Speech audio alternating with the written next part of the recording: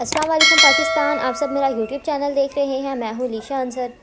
जैसे कि आज हम बलूचिस्तान के इन हालात के बारे में बात करेंगे जिन्होंने बलूचिस्तान में बहुत मुश्किलात पैदा की हुई हैं और बहुत बदमज़गी का सामना करना पड़ रहा है। आखिर इसके पीछे वजह क्या है, ऐसा क्यों हो रहा है? तो चलिए मेरे पाकिस्तानियों, हुआ कुछ इस तरह कि जब इन लोगों ने मार्शल लॉ लगाया और 1 यूनिट कर दिया अयूब खान और सिकंदर मिर्ज़ा की कारस्तानियों की वजह से। और बलूचिस्तान में ये पहले से ही एक सोच पाई जाती थी कि हमें तो ज़ोर ज़बरदस्ती से मिलाया गया, हम एक अलहदा रियासत बनना चाहते थे, अलग से रहना चाहते थे, ये सब कुछ था वहाँ से। अच्छा, वहाँ पे जो एक साहब है जिनकी उम्र बताई जाती है 70 या 80 साल उनकी उम्र थी, नवाब निरोज़ खान उनका नाम था। वो खड़े हो जाते हैं और वो मज़ाहमत शुरू कर देते हैं। ये मज़ाहमत निहत्थे लोगों की मज़ाहमत नहीं होती, बल्कि इसमें वो हथियार उठाते हैं और पहाड़ों पर चढ़ कर वहाँ से मज़ाहमत शुरू कर देते हैं। इस मज़ाहमत के ख़िलाफ़ पाकिस्तान की फ़ौज फ़ैसला करती है कि इनको कुचल दिया जाए।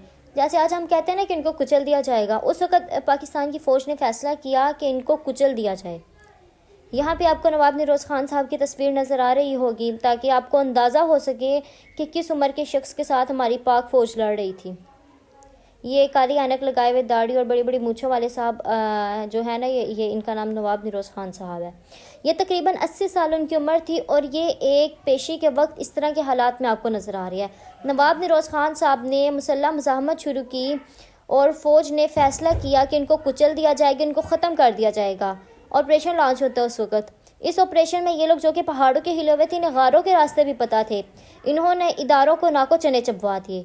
अब जब मुश्किल पड़ी और पता लगा कि ऑपरेशन से तो हम इन्हें नहीं हरा सकते, और ये तारीख़ है हमारी कि कभी भी बलूचिस्तान में ऑपरेशन से हमें कामयाबी नहीं हासिल हुई, तो उस वक़्त ये फ़ैसला किया गया कि इनको नीचे आने की दावत दी जाए। और जब जनरल अयूब साहब ने उनके पास एक वफ्द भेजा, उन्होंने कुरान पे हाथ रख के कहा, कुरान पे हाथ रखा और कहा कि अगर आप लोग हथियार डाल दें, सरेंडर कर दें, तो आपके साथ नरमी होगी, आपको माफ़ी दे दी जाएगी। मतलब इस तरह की कोई बात की 100% श्योर नहीं, लेकिन माफ़ी या नरमी का कहा गया। और ये नवाब निरोज़ खान साहब ये एक बड़े ईमानदार आदमी थे, ईमान वाले आदमी थे बड़े। उन्होंने कहा कि कुरान पे कसम खा लिया है, रियासती सतह पे कुरान पे कसम खाई गई थी, उसका मान रखा जाएगा, उसका पास किया जाएगा। उन्होंने हथियार डाले और अपने 7 बेटों और बाकी जो उनके अजीज़ रिश्तेदार थे उन लोगों को लेकर पहाड़ों से नीचे आगे वहीं पे सरेंडर कर दिया। और वहीं से शुरू होती है बलूचिस्तान में तबाही की दास्तान। इदारों ने अपना किया गया वादा, जो कुरान पे हाथ रख के उन्होंने वादा किया था, खैर इसकी पूछ गूछ होगी और ये इदारा तब से ज़वाल का शिकार है। अगर आप सोचें, आप इमेजिन करें ज़रा कि 65 में भी पता नहीं हम किन किन हालात में थे। बहरहाल बड़ी मुश्किल से हमारा मुल्क बचा। तो कहने का मतलब ये है कि फिर वो वादा तोड़ा गया, इन सबको गिरफ़्तार किया गया, इनके ट्रायल किए गए। एक ये कि नवाब साहब को सामने बिठाकर उनके बेटों को उनके सामने लटकाया गया। नवाब साहब को एक कुर्सी के साथ बांधा गया और उनके 7 बेटों को उनके सामने लटकाकर फांसी दी गई। नवाब साहब को फिर एक जिंदा लाश की तरह छोड़ दिया गया कि हाँ अब तुम उम्र कैद गुजारो। ये जो हथियार डालते हैं ना, शायद 1958, 59 और 60 में इनको सज़ाएं होती हैं, इनके बच्चों को या इनको फांसियाँ वगैरह दी जाती हैं। और इनको फिर मज़ीद 4 साल जेल में रखा गया और फिर वहीं पे इनकी वफ़ात हो जाती है। और ये है वो आग जो बलूचिस्तान में आज तक बुझ नहीं पाई। और ये कहते हैं कि आज मारंग बलोच ने ये कुछ कर दिया, मारंग बलोच ने वो कर दिया। अरे मारंग बलोच तो एक कल की बच्ची है, उसने क्या करना था और उसने क्या किया?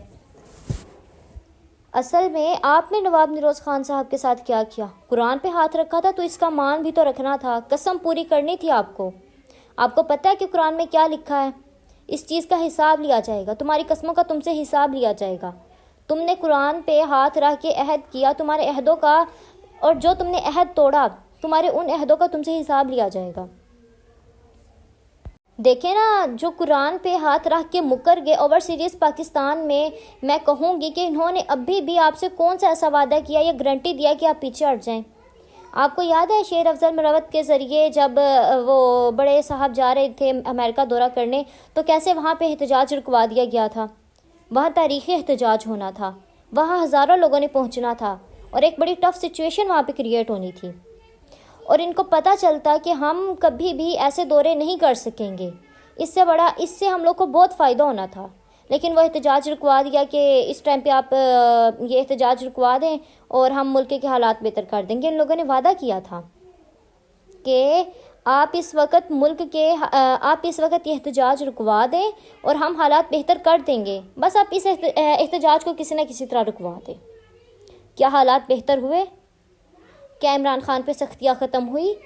بلکہ اس کے بعد تو عمران خان کو مزید مشکلات کا سامنا کرنا پڑا، اور وہ تمام مشکلات آپ سے چھپی ہوئی نہیں ہیں.